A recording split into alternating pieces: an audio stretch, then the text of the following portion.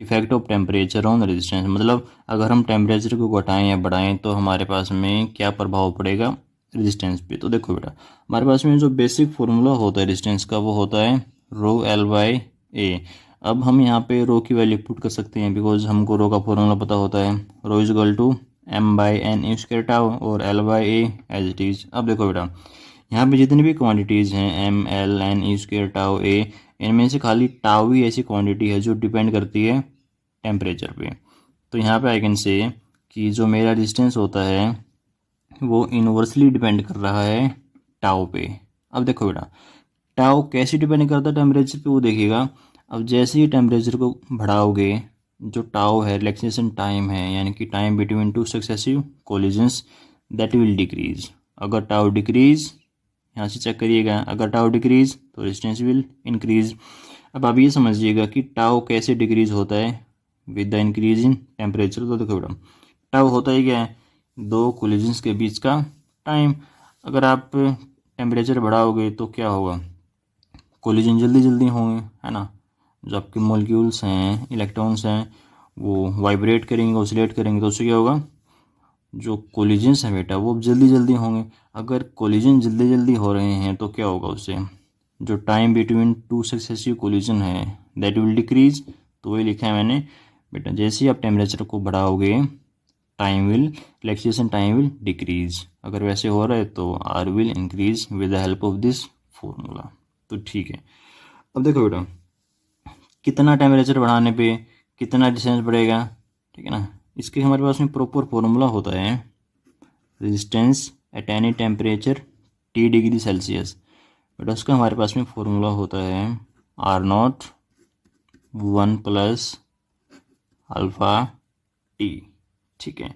जहाँ पे टी क्या होता है, जहाँ पे टी होता है बेटा आपका कितना टेम्परेचर राइज हुआ है, टी को बोलते हैं राइज इन टेम्परेचर। जैसे पहले टेम्परेचर T1 था, फिर बाद में क्या किया आपने, बाद में बढ़ा के कर दिया T2।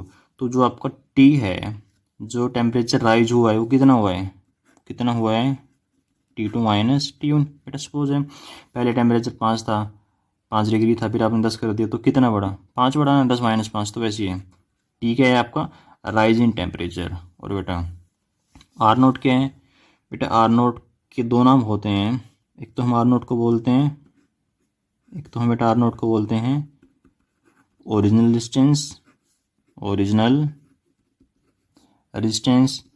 एक इसका नाम होता है रेजिस्टेंस एट 0 डिग्री सेल्सियस। जैसे इसका नाम क्या है, resistance at any T degree Celsius. ऐसे बेटा आर नोट का नाम क्या होता है, you can write resistance at 0 degree Celsius. अब यहाँ पे हमारे पास में अल्फ़ा बच गया। अल्फ़ा क्या होता है बेटा, अल्फ़ा का नाम होता है टेम्परेचर कोफिशिएंट। अल्फ़ा का नाम होता है temperature coefficient of resistance, temperature coefficient of resistance, ठीक है बेटा। अब हम डिफाइन करेंगे अल्फ़ा को कि अल्फ़ा होता क्या है। तो अल्फ़ा को डिफाइन करने के लिए मैं हल्का सा बेटा ये वाली मैं अपनी इक्वेशन को रीराइट कर रहा हूँ। सो पहले मैं मल्टीप्लाई कर देता हूँ आर नोट के अंदर, I will get R naught plus R naught alpha T. Okay बेटा, मैं क्या करूँगा, R T minus R naught कर दूँगा और उधर रखूँगा मैं अपना अल्फ़ा वाली टर्म। अब बेटा मैं यहाँ से अल्फ़ा निकाल लूँगा, I will find out from here alpha. यहाँ से अल्फ़ा मेरे पास में क्या आएगा, R T minus R naught divide by R naught and divided by T, ठीक है बेटा, या मल्टीप्लाई बाय टी। देखो बेटा यहाँ से मैं अपनी अल्फ़ा को डिफाइन करूँगा। ओके, तो अब देखो बेटा इसको थोड़ा सा एनालाइज करिएगा। यहाँ पे क्या लिखा हुआ है, R T minus R naught, मतलब resistance at T degree Celsius minus resistance at 0 degree Celsius. तो क्या है ये आपका इंक्रीज इन रेजिस्टेंस नहीं है। सपोज करो पहले आपका रेजिस्टेंस था शुरू में R1, बाद में कितना हो गया, बाद में हो गया R2। पहले कितना था R1, बाद में कितना हो गया टेम्परेचर बढ़ाने पे R2। तो अगर मैं यहाँ पे R2 माइनस R1 कर रहा हूँ तो वो क्या है, वही तो कि आपका कितना रेजिस्टेंस इंक्रीज हुआ है या चेंज हुआ है ना। तो बेटा ऊपर मैंने क्या लिखा हुआ है कि कितना मेरा रेजिस्टेंस इंक्रीज है, इंक्रीज इन रेजिस्टेंस। नीचे क्या है आर नोट, आर नोट क्या है आपका स्टार्टिंग वाला रेजिस्टेंस है ना, जो स्टार्टिंग के टेम्परेचर पे रेजिस्टेंस था दैट इज आर नोट। तो आर नोट को I can write original resistance and multiply by T. T है क्या है राइज इन टेम्परेचर। तो देखो बेटा यहाँ से मैं अल्फ़ा को डिफाइन करूँगा कि जो अल्फ़ा होती है अल्फ़ा में भी defined as increase in resistance per unit original resistance per time. दोबारा सुन लो, alpha is defined as increase in resistance per unit original resistance per time. ठीक है बेटा। अच्छा ये जो अल्फ़ा होती है ये होती है positive, alpha is positive for metals, for most of the metals alpha is positive. And बेटा alpha is negative for insulators, alpha is negative for insulator and semiconductors. ध्यान रखना ये, ठीक है। बेटा एक काम और करते हैं हम यहाँ पे, ये जो हमारे पास में फॉर्मूला है मैं इसको और थोड़ा सा सिंप्लीफाइड फॉर्म में लिखूंगा यहाँ पे in the terms of T1 and T2, R1 and R2, वो इससे और ज़्यादा सिंप्लीफाइड फॉर्म में होगा। तो देखो सपोज करो टेम्परेचर T1 पे मेरे पास में रेजिस्टेंस है R1, फिर मैंने टेम्परेचर चेंज कर दिया T2 और मेरा बेटा रेजिस्टेंस हो गया R2। तो उस केस में मैं यहाँ पे फॉर्मूला लिखने जा रहा हूँ अल्फ़ा का formula, that will be RT minus R0, ठीक है ना। तो RT मतलब R2, R0 मतलब शुरू वाला R1, तो R0 कितना है R1, T क्या हो जाएगा बेटा जितना आपका टेम्परेचर चेंज हुआ है, तो that is T2 minus T1।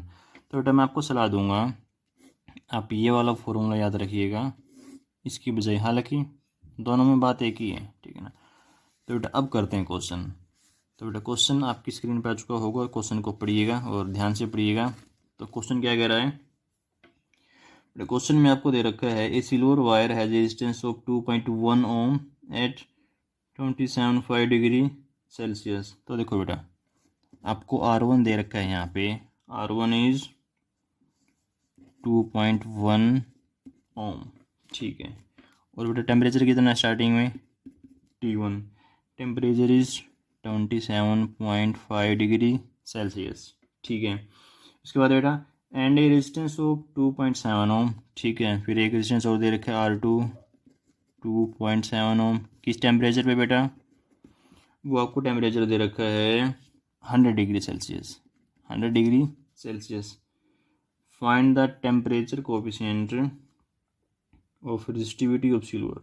तो ठीक है बेटा आपने यहाँ पे टेम्परेचर कोफिशिएंट निकालना है, ठीक है ना, यानी कि क्या निकालना है अल्फ़ा। अब देखो आपके पास में बेटा अल्फ़ा का फॉर्मूला क्या होता है, आपके पास में अल्फ़ा का फॉर्मूला होता है अल्फ़ा इज इक्वल टू, आपने ऊपर पढ़ा है भैया अभी, R2 minus R1 divided by R1 T2 minus T1, ठीक है ना।